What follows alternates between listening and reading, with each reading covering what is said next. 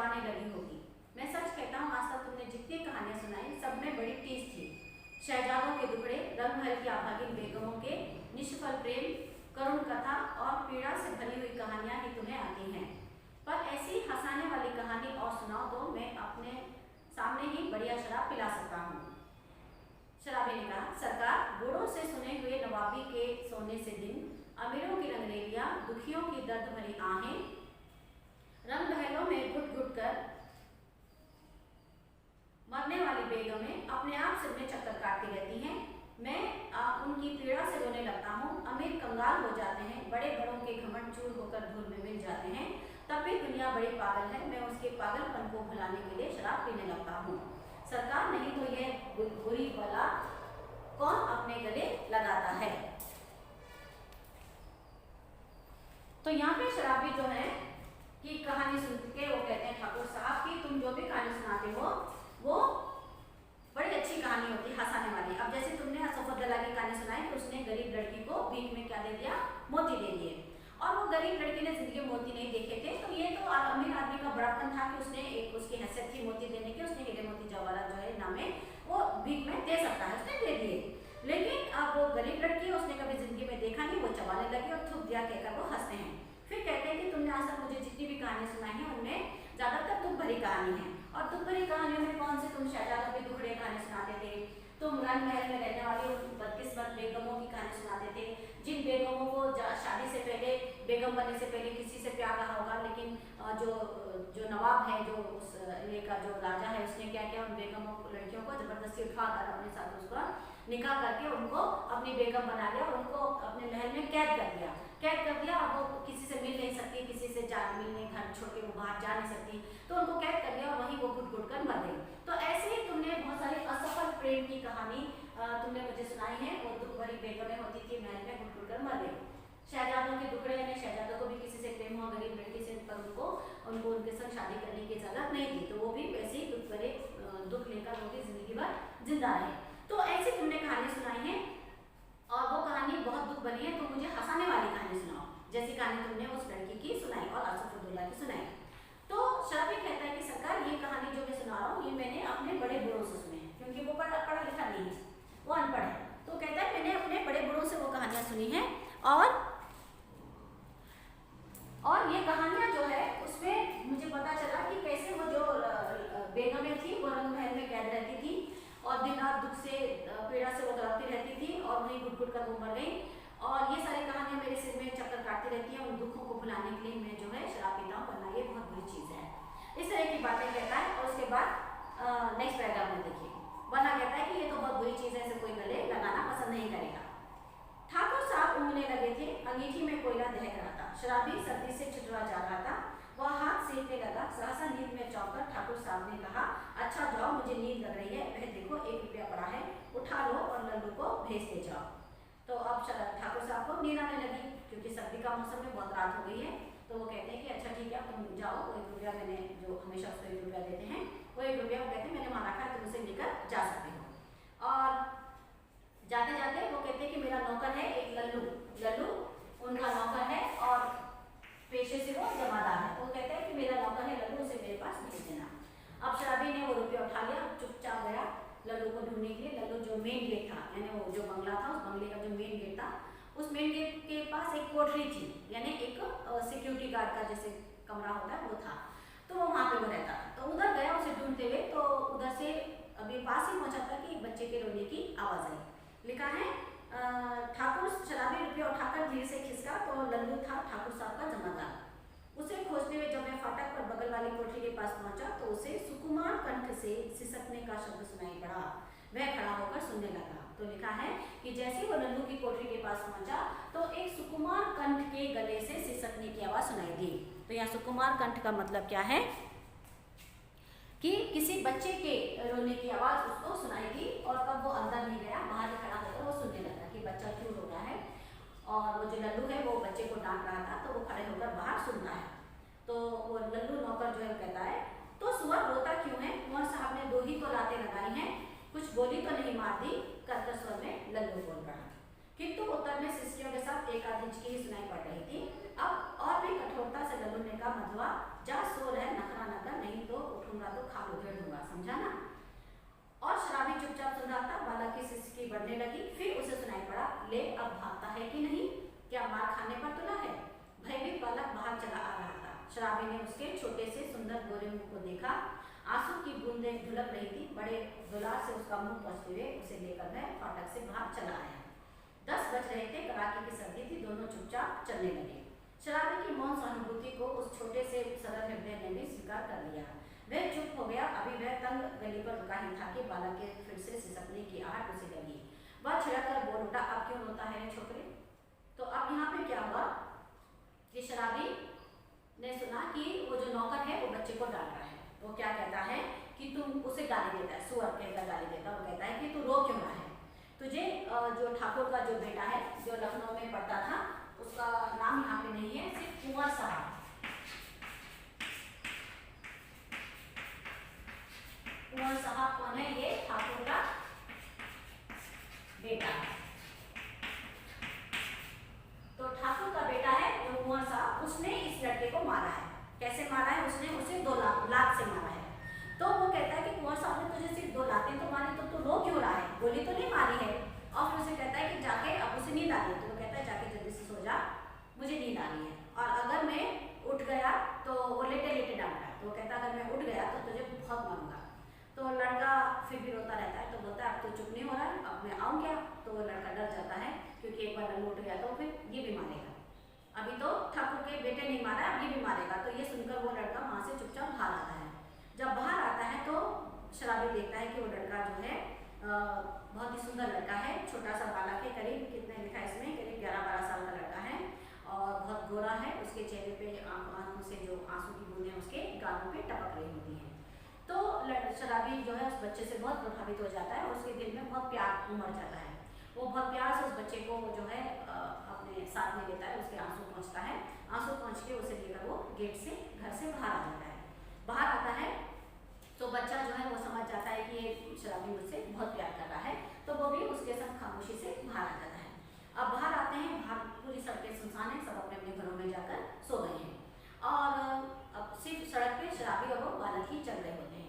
खामोशी से थोड़ा देर तक वो बालक उनके साथ चलता है। वो समझ जाता है कि ये शराबी जो है ये मेरा वेलविशर है, ये मुझे मारेगा नहीं, तो इसलिए वो भी खामोशी से बिना सवाल किए उसके संग चल पड़ता है। पूछता नहीं है कि मुझे कहाँ ले जा रहे हो, खामोशी से उसके संग आ जाता है। फिर रास्ते में फिर से वो रोने लगता है। तो शराबी उसे डांट कर पूछता है कि अब तू क्यों रो रहा है। तो वो कहता है मैंने दिन भर से कुछ खाया नहीं। सुनकर शराबी ने कहा कुछ खाया नहीं, इतने बड़े अमीर के यहाँ रहता है और दिन भर तुझे खाने को नहीं मिला। यही तो कहने, तो बालक कहता है यही तो कहने में गया था जमादार के पास, मार तो रोज ही खाता हूँ, आज तो खाना ही नहीं मिला। कुंवर साहब का ओवरकोट लिए खेत में दिन भर साथ रहा। 7 बजे लौटा तो और भी 9 बजे तक कुछ काम करना पड़ा। आटा रख नहीं सका था, रोटी बनती तो कैसे। जमादार से कहने गया था और भूख की बात कहते कहते बालक के ऊपर उसकी दीनता और भूख ने एक साथ ही जैसे आक्रमण कर दिया। वह फिर हिचकियाँ लेने लगा। तो वो कहता है कि मैंने सुबह से कुछ खाया नहीं। तो बोलते हैं, तब शराबी पूछता है कि इतने बड़े अमीर के घर में रहता है तो तुमने सुबह से कुछ नहीं खाया। तो बोलता है यही शिकायत लेकर मैं लड्डू के पास गया था और सुबह से मैं जो है कुंवर साहब के साथ था। यहाँ कुंवर साहब कौन है, ठाकुर सरदार सिंह का बेटा। तो वो कहता है कि मैं ठाकुर सरदार सिंह के बेटे के साथ सुबह से उनके साथ था और वो जो है बाहर गए थे। मैं सारा दिन उनका जो है ओवरकोट पकड़कर उनके साथ साथ घूमता रहा। वो खेलने के लिए गए थे, फिर जब वो घर आए तो मैंने ओवरकोट रख दिया, तब तक 9 बज गए। 9 बजे तो अब मुझे किचन में जो खाना पकाते हैं वहाँ से मुझे आटा लेकर अपने लिए रोटी बनानी थी, लेकिन आटा भी मैंने रखा नहीं था, खाना वहाँ मेरे लिए कुछ बचा नहीं था। आटा होता तो मैं अपने लिए खुद 2 रोटियाँ सेक लेता, पर क्या करता, रात 9 बज गए थे। तो ये कहकर वो रोने लगता है और अपनी प्रॉब्लम बताता है शराबी को। शराबी उसका हाथ पकड़कर घसीटता हुआ गली में ले चला। एक गंदी कोठरी का दरवाजा ढकेल कर बालक को लेकर भीतर पहुंचा। टटोलते हुए सलाई से मिट्टी की डिब्बी जलाकर वह फटे कमर के नीचे से कुछ खोजने लगा। एक पराठे का टुकड़ा मिला। शराबी उसे बालक के हाथ में देकर बोला, तब तक तू इसे चबा, मैं तेरा गला भरने के लिए और कुछ ले आऊं। और सुनता है रे छोकरे, रोना मत, रोएगा तो खूब पीटूंगा। मुझे रोने से बड़ा बैग है पाजी कहीं का, मुझे भी रुलाने का। तो अब यहाँ पे शराबी जब सुनता है कि बहुत भूखा है तो वो उसे अपने घर लेकर आता है। उसका घर क्या है, एक छोटी सी झोंपड़ी है, बहुत गंदी और बाद में केरोसिन लैंप जो है वो डिबरी यानी केरोसिन लैंप वो जलाता है क्योंकि अंधेरा है। जलाने के बाद फिर कुछ खाने पीने की चीज़ें ढूंढता है, तो उसका जो ब्लैंकेट ओढ़ के वो सोता है, उसी में एक पराठे का टुकड़ा उसे मिलता है। वो पराठे का टुकड़ा उस बच्चे को वो खिला देता है। तो वो बच्चे को क्या खिलाता है, वो शराबी बालक को अपने घर लाया और घर में उसने उसे एक पराठे का टुकड़ा, तो उसे एक पराठे का टुकड़ा खाने को दिया उस बालक को। और खाने के बाद उसने क्या कहा कि तू तब तक इसे चबा, मैं इससे पेट तो भरेगा नहीं। तो बोलता है मैं तेरा पेट भरने के लिए कुछ खरीद के बाजार से लेकर आता हूँ, तब तक तू इसे चबा और रोना मत, रोएगा तो मुझे भी रोना आ जाएगा, मैं भी रोने लगूंगा और मैं तुझे मारूंगा, मुझे रोना बिल्कुल पसंद नहीं है। यह कहकर वहां से वो दुकान से खाने पीने की चीज खरीदने के लिए चला जाता है। शराबी गली के बाहर भागा, उसके हाथ में 1 रुपया था। 12 आने का देशी अद्दा और 2 आने की चाय, 2 आने की पकौड़ी, नहीं आलू मटर, अच्छा ना सही 4 आने का मांस ही ले लूंगा, पर ये छोकरा इसका गड़ा जो भरना होगा, वह कितना खाएगा और क्या खाएगा। ओहो, आज तक तो कभी मैंने दूसरों के खाने का विचार ही किया ही नहीं, तो क्या ले चलूं, पहले एक अच्छा अद्दा ही ले लूं। इतना सोचते सोचते उसकी आंखों पर बिजली के प्रकाश की झलक पड़ी। उसने अपने को मिठाई की दुकान पर खड़ा पाया। वह शराब का अद्दा लेना भूलकर मिठाई पूरी खरीदने लगा। नमकीन लेना भी ना भूला, पूरा 1 रुपये का सामान लेकर वह दुकान से हटा और जल्द पहुंचने के लिए वह एक तरह से दौड़ने लगा। अपनी कोठरी में पहुंचकर उसने दोनों ही पान बालक के सामने सजा दी। उसकी सुगंध में से बालक के गले में एक तरावट पहुंची, वह मुस्कुराने लगा। तो अब देखिए यहाँ पे शराबी जो है दुकान जाता है खरीदने के लिए सामान। तो वहां पे जब दुकान में जाता है तो वो अपने मन में हिसाब किताब लगाता है कि मुझे क्या क्या खरीदना है। अब सबसे पहले वो सोचता है कि मैं अपने लिए कुछ खरीदूं, क्योंकि 1 रुपया उसको बहुत दिन के बाद मिला है और उस 1 रुपये में से पहले क्या लेना है, शराब लेनी है। तो 1 रुपया उसके हाथ में है, शराबी के हाथ में 1 रुपया है। तो वो क्या सोचता है कि सबसे पहले मैं क्या खरीदूंगा, सोचता है कि 12 आने का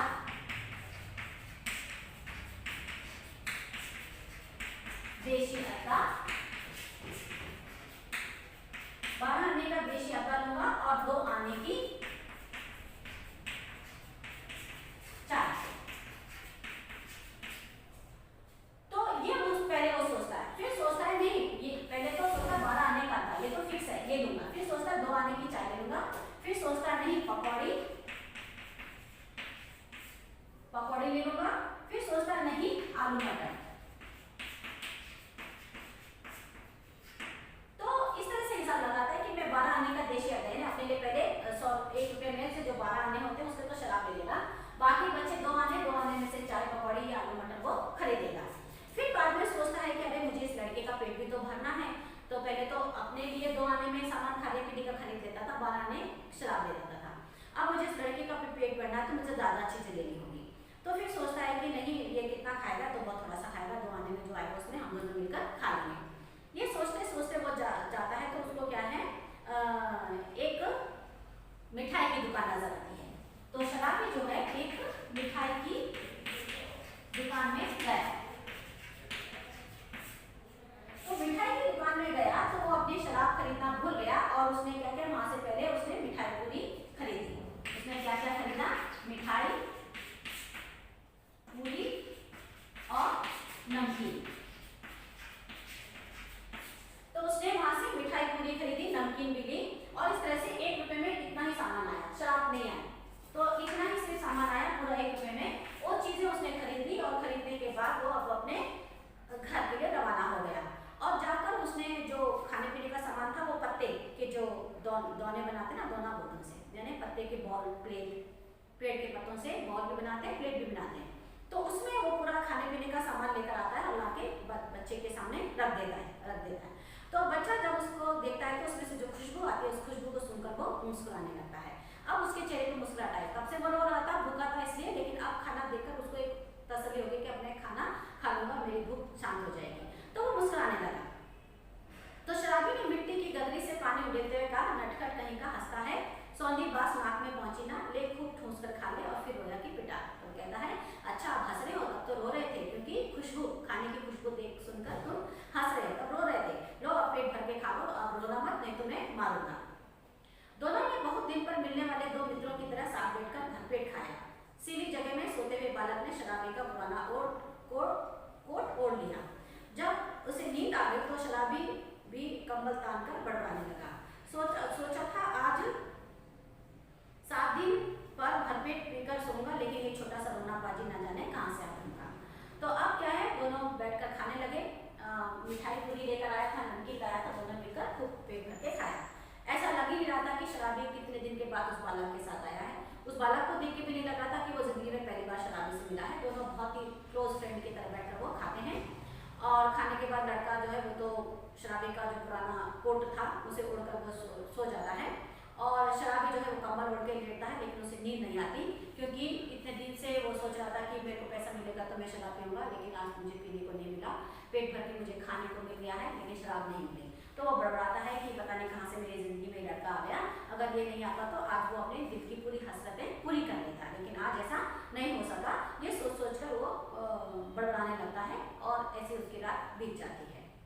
तो कहानी अब मैं यहीं पर स्टॉप करूंगी, अगले वीडियो में हम इसे कंटिन्यू करेंगे। ओके, ये कहानी थोड़ी सी बची है, इसे अगली क्लास में हम पूरा करेंगे। धन्यवाद।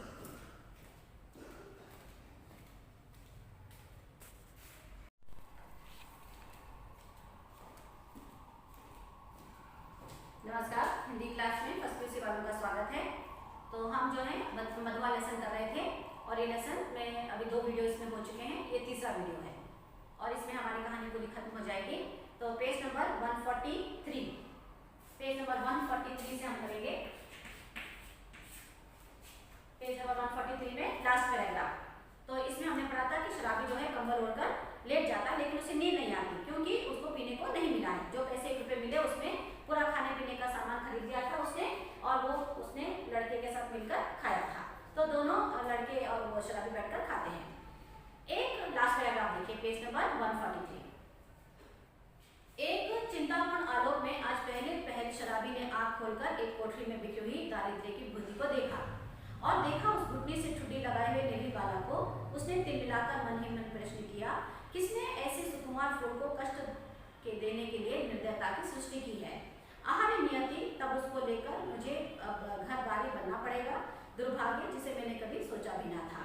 मेरी इतनी माया ममता, जिस पर आज तक केवल एक बोतल का ही पूरा अधिकार था, इसका पक्ष क्यों लेने लगी। एक छोटे से पाजी ने मेरे जीवन के लिए कौन सा इंतजार रचने का बेड़ा उठाया है। तब क्या करूं, कोई काम करूं, दोनों का पेट कैसे चलेगा। नहीं, भगा दूंगा इसे, आंख तो खोले।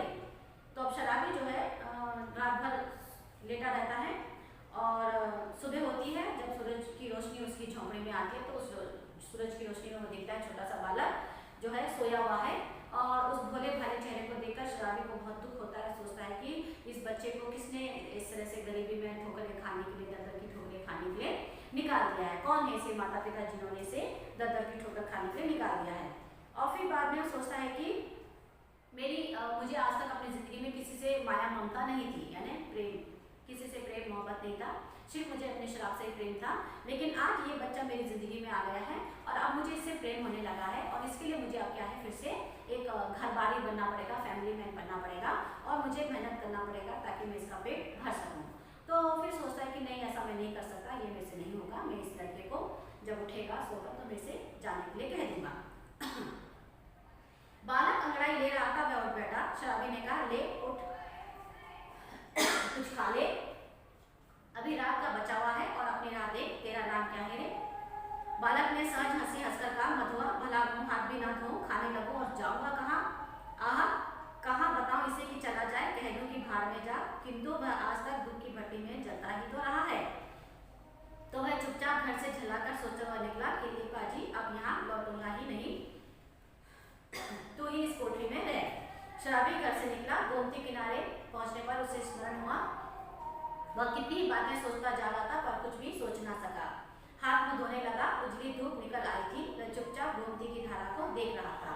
धूप की गर्मी से सुखी होकर वह चिंता भुलाने का प्रयत्न कर रहा था कि किसी ने पुकारा कि भले आदमी रहे कहाँ, सालों पर दिखाई पड़े हो, तुमको खोजते खोजते मैं थक गया। तो अब जो है शराबी उस बच्चे को देख के सोच रहा होता है कि इतने भोले भाले मासूम आदमी को, बच्चे को किसने छोड़ दिया, और अब जो है मैं अब तक मेरे को किसी से प्रेम नहीं हुआ था, मैंने सिर्फ अपने शराब से मैं प्रेम करता था, लेकिन अब इस बच्चे के लिए मुझे मेहनत करनी पड़ेगी, लेकिन ऐसा मैं नहीं कर सकता, मैं इस बच्चे को उठते ही भगा दूंगा। तभी वो बच्चा उठ गया और नींद से वो जाग गया। तो नींद से जागने के बाद शराबी ने उसे कहा कि ले, वहाँ पे कुछ रात का बचा हुआ खाना रखा है, तुम इसे खा लो और खाकर तुम यहाँ से निकल जाओ, और तुम्हारा नाम क्या है? तो बच्चे ने कहा कि मेरा नाम मधुआ है, और मैं अभी तो मेरे मुँह हाथ भी धोए नहीं, मैं कैसे खा लूँ, और जाने के लिए कह रहे हो तो मैं कहाँ जाऊँगा? अब उसके पास कोई जवाब नहीं है। अब वो ठाकुर के घर जाना नहीं चाहता, क्योंकि वो नौकर है, कहीं भी नौकरी कर सकता है, तो बोलता मैं जाऊँगा कहाँ? तो अब शराबी को समझ में नहीं आया कि वो क्या जवाब दे। पहले तो उसने सोचा गुस्से में कह दूँ कि जाओ भाड़ में, मुझे कोई मतलब नहीं है।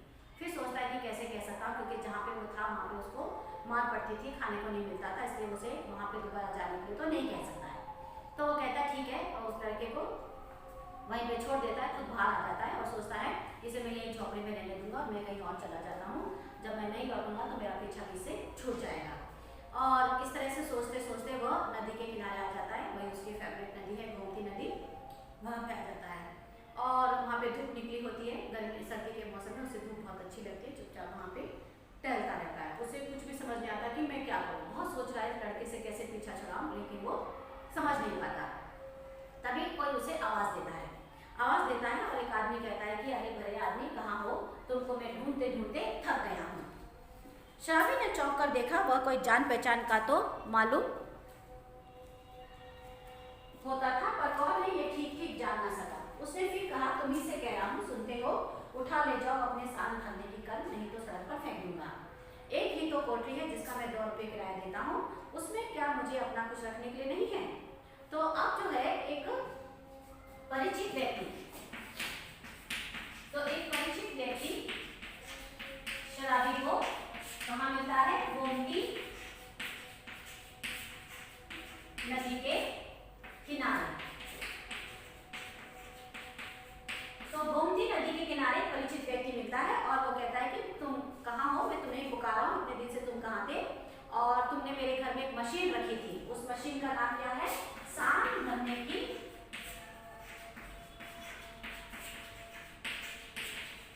कल यानी मशीन। तो कहता है कि तुमने मेरे घर में 2 साल पहले की बात है, तुमने मेरे घर में एक कल रखी थी, एक मशीन रखी थी जो सान भरने, सान यानी चाकू छुरी तेज करने की मशीन होती है ना। चाकू छुरी तेज करने की मशीन कैसी होती है? उसमें एक पहिया होता है, लोहे का पत्थर लगा होता है, पैर से जब उसे प्रेस करते हैं तो वो घूमता है, फिर चाकू को उस पर रखकर उसे शार्प करते हैं, तेज करते हैं, क्योंकि खाना पकाते पकाते सब्जी काटते हुए चाकू मोटे हो जाते हैं, सब्जी कटती नहीं है, तो उसे शार्प करना पड़ता है, तो वो मशीन पे उसको शार्प करते हैं। तो वो कहता है कि वो जो तुमने मशीन है, गरीब लोग उससे पहले रखकर अपना पैसा कमा लेते थे, 2 रुपये 3 रुपये मिल जाते थे, अब तो बहुत पैसा लेते हैं। तो उस जमाने में वो कहता है कि तुमने एक सान भरने की मशीन मेरे पास रखी थी, यानी पहले शराबी मेहनत करता था। देखिए, पहले वो मशीन से लोगों के चाकू छुरी तेज करता था, जो पैसे मिलते थे उससे अपना पेट भरता था, लेकिन अब उसके क्योंकि बाल बच्चे नहीं थे तो वो क्या है, ऐसे ही वो अपनी जिंदगी बिता रहा था। तो वो मशीन उसने अपने दोस्त के घर में रख दी थी बहुत साल पहले। तो वो कहता है कि तुमने अपनी एक मशीन मेरे घर में रखी थी, अब उसे लेके जाओ, क्योंकि मेरा घर का छोटा सा कमरा है, 2 रुपये किराया मैं उसको देता हूँ, उसमें एक कोने में तुम्हारी मशीन पड़ी रहती है, मेरे को जगह काफ़ी नहीं होती, कम पड़ जाती जगह, इसलिए तुम उसे लेके जाओ, नहीं तो मैं उसे फेंक दूंगा। तो अब शराबी जो उसे पहचानने की कोशिश करता है कि ये आदमी जो है तो परिचित, लेकिन है कौन, नाम याद नहीं रहा। तब उसकी बात सुनकर उसे उस परिचित व्यक्ति का नाम याद आता है कि राम जी, राम जी उसका नाम है। तो कहता ओह राम जी तुम हो भाई, मैं भूल गया था, तो चलो आज ही मैं उसे उठा लाता हूँ। कहते हुए शराबी ने सोचा अच्छी रही, उसी को बेचकर कुछ दिन तक काम चलेगा। तो बाद में वो पहचान लिया कि ये आदमी तो मैं पहचानता हूँ, मेरा दोस्त है, इसका नाम राम जी है, और मैंने ही इसके घर में अपनी मशीन रखी थी। तो वो कहता अच्छा राम जी हो, चलो अच्छा है, मैं उसे आज अभी उठा लेता हूँ, उसके संग जाने की बात कहता है। और फिर मन में सोचता है कि चलो अच्छा, अभी मैं सोच रहा था कि अब उस बच्चे को मैं भगा दूंगा, क्योंकि मेरे पास पैसे नहीं है उसका पेट भरने के लिए, अकेले का तो पेट कैसे भी भर लेगा, लेकिन बच्चे के पेट भरने के लिए मेहनत करनी पड़ेगी, तो मैं उसे भगा दूंगा। लेकिन अब वो सोचता है कि अच्छा है, चलो ये टाइम पर मिल गया, अब मैं इस मशीन को बेच दूंगा, और बेचकर उन पैसों से थोड़ा दिन मैं उस बच्चे का और अपना पेट भर सकता हूँ। गोमती नदी में नहाकर राम जी अपने ही घर, अपने पास ही घर तक पहुंचा।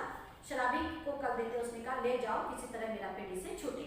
तो नजदीक था, दोनों ने अपना नदी में पहले स्नान किया, फिर अपने घर लेके गया वो आदमी राम जी, और उसने कहा कि अब ले जाओ इस मशीन को, मेरा पीछा इससे छूट जाए। बहुत दिनों पर आज उसको कल ढोना पड़ा, किसी तरह अपनी कोठरी में पहुंचकर उसने देखा कि बालक चुपचाप बैठा है। बड़बड़ाते हुए उसने पूछा, क्यों रे, तुमने कुछ खा लिया कि नहीं? भरपेट खा चुका हूँ और ये देखो तुम्हारे लिए भी रख दिया है, कहकर उसने स्वाभाविक मधुर हंसी से उस रूखी कोठरी को तर कर दिया। शराबी एक घंटे चुप रहा, फिर चुपचाप जलपान करने लगा। मन ही मन सोच रहा था, यह भागे का संकेत नहीं तो और क्या है, चलो फिर साथ देने का काम चलता करूं, दोनों का पेट भरेगा। वही पुराना चरखा फिर सिर पड़ा, नहीं तो दो बातें किससे कहानी इधर उधर की कहकर अपना काम चला ही लेता था। पर अब तो बिना कुछ किए घर नहीं चलने का। जल पीकर उसने बोला, क्यों रे मधुआ, अब तू कहाँ जाएगा? तो अब शराबी ने उस मशीन को उठाई और अपने घर चल पड़ा। अब मशीन उठाई तो मशीन बहुत भारी थी, बहुत भारी मशीन होती है वो। तो इतने दिन बाद अब उसे भारी चीज़ उठानी पड़ी तो उसे बहुत गुस्सा आया और उस बच्चे भी गुस्सा आया कि उसकी वजह से आज मुझे मशीन उठानी पड़ रही है, वरना 2-3 कहानियाँ सुना देता था, मेरा उसमें गुजारा हो जाता था।